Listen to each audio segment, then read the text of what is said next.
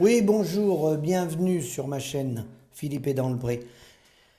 Alors cette vidéo, je voudrais la faire sur le thème de la sécurité alimentaire en 9 questions. Vous savez que l'Europe qui est une institution supranationale qui malheureusement a mis la main sur les peuples et qui nous prive de notre souveraineté, ils font des rapports en permanence. Et dans ce rapport que j'ai là sous les yeux, il parle bien sûr de la guerre entre la Russie et l'Ukraine, entraîne la hausse record des prix des matières premières.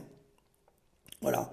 Et il nous explique, il pointe une réduction d'une ampleur dramatique des exportations de blé, aliment de base pour plus de 35% de la population mondiale.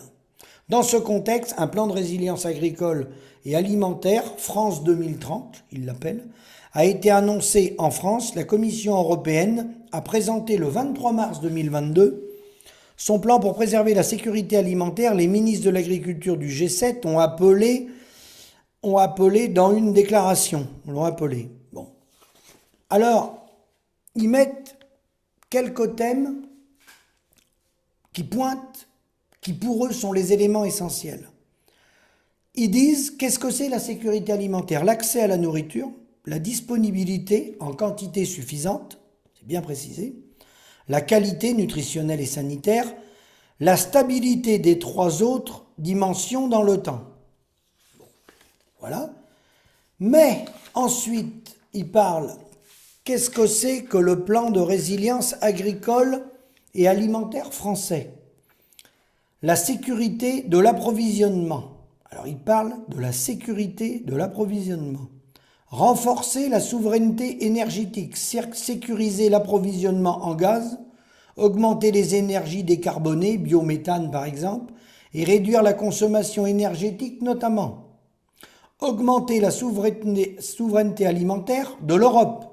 Écoutez bien, intensifier la production nationale, c'est-à-dire chez nous, l'intensifier, et européenne, notamment en valorisant les jachères, terres cultivables, laissées au repos, et ensuite ils mettent aider les agriculteurs. En quoi consiste la réglementation européenne de la sécurité alimentaire? Une alimentation suffisante et abordable. Vous avez vu, il y a le mot abordable. Ils n'ont pas précisé, je dis, si les gens qui ont rédigé ces rapports-là avec les rémunérations qu'ils ont à l'Europe, si leurs salaires sont abordables et supportables par les impôts des Français et des Européens. Ils ont oublié de le noter, ça peut arriver. Tout en contribuant à l'objectif de neutralité climat à horizon 2050. Un revenu équitable et un soutien résolu aux producteurs primaires. C'est le mot primaire qui m'intéresse. La compétitivité de l'agriculture et de l'Union européenne au niveau mondial. Alors, le mot primaire, moi je vais vous dire, il me plaît ce mot-là. Parce que la vérité, c'est que dans nos économies modernes, dans les pays émergents ou en voie de développement, il y a encore, l'agriculture représente encore, dans certains pays, plus de 25% du produit intérieur brut. Ce n'est pas pour ça que les agriculteurs gagnent leur vie. Mais voilà.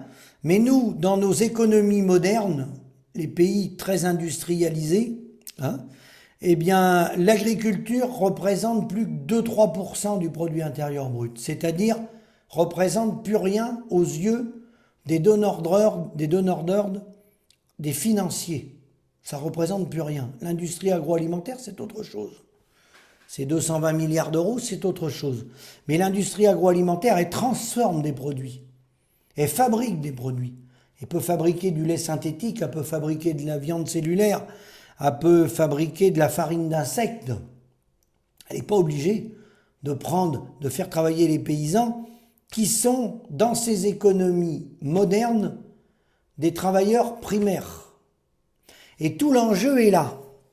C'est que les gouvernements successifs, Emmanuel Macron et les autres, n'ont pas donné de priorité à l'agriculture. Ce n'est pas une priorité.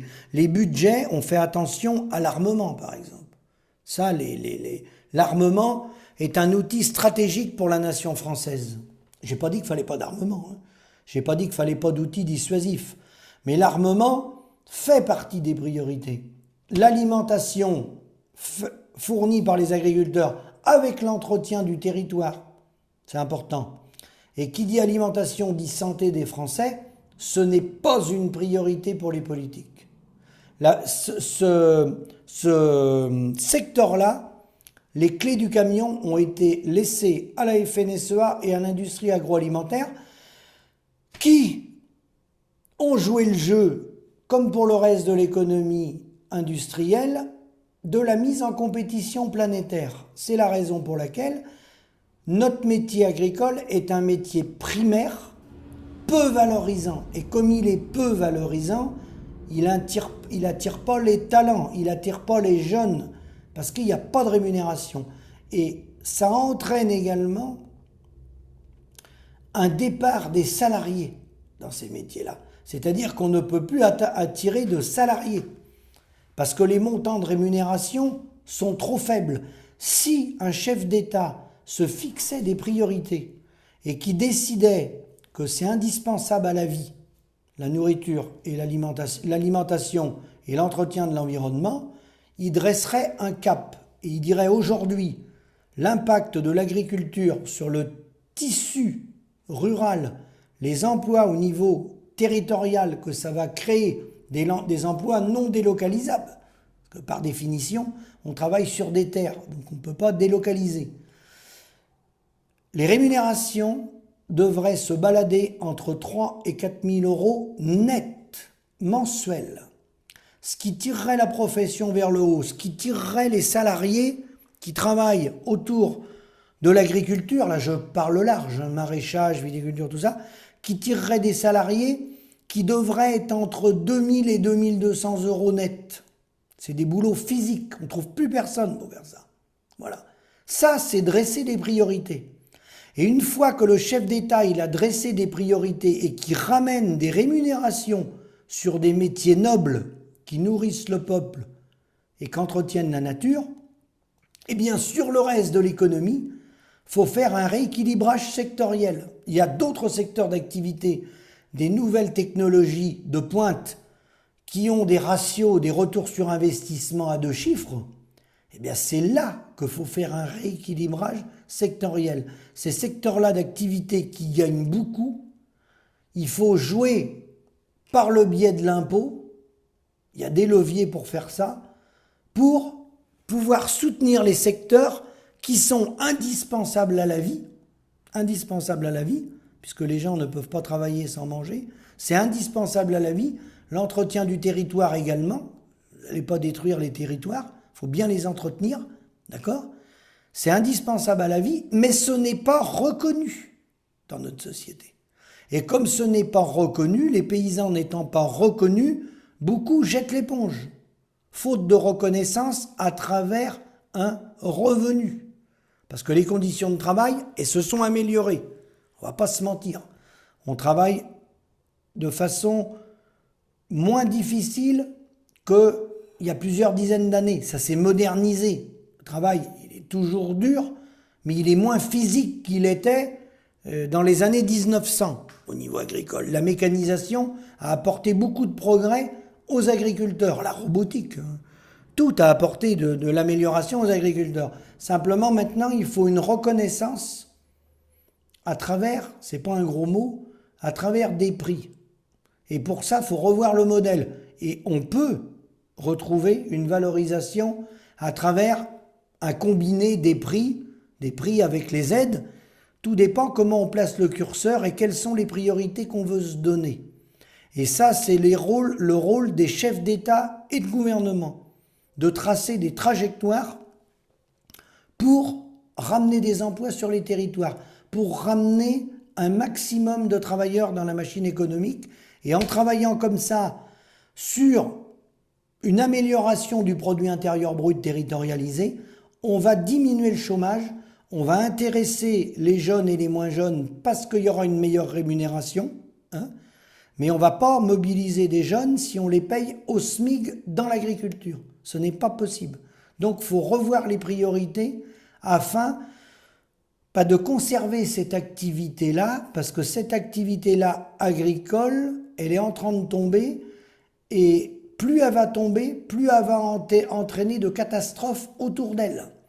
Sans agriculteurs, il y aura de moins en moins d'entrepreneurs agricoles. C'est une évidence. Si les agriculteurs disparaissent, vous n'aurez pas autant d'entrepreneurs agricoles. Vous n'aurez pas autant de commerçants en bestiaux, etc., etc., mécaniciens, etc., etc. Ça va se restructurer, mais qui dit restructuration dit perte des emplois. Sachant que les gens qui travaillent autour des secteurs agricoles ne vont pas se reconvertir informaticiens. Voilà. Les gens, ils ont des connaissances sur les territoires par rapport à une activité agricole. Mais quelqu'un qui est dans l'agriculture ou dans le TP, vous n'allez pas le mettre interprète, il va pas se mettre à apprendre les langues pour faire les traductions à l'international. Voilà. Chaque personne a ses capacités. On a tous des capacités et des limites. Les gens, au niveau du milieu rural agricole, c'est des travailleurs manuels qui ont un savoir. Et ce savoir, si on détruit le métier, on ne va pas pouvoir transmettre notre savoir. Et c'est un métier qui va disparaître. Et si on supprime le savoir, le jour où il faudra recréer, refaire venir de l'agriculture dans nos campagnes, croyez-moi, ça prendra plusieurs décennies. Je vous remercie, bonne réflexion et à bientôt.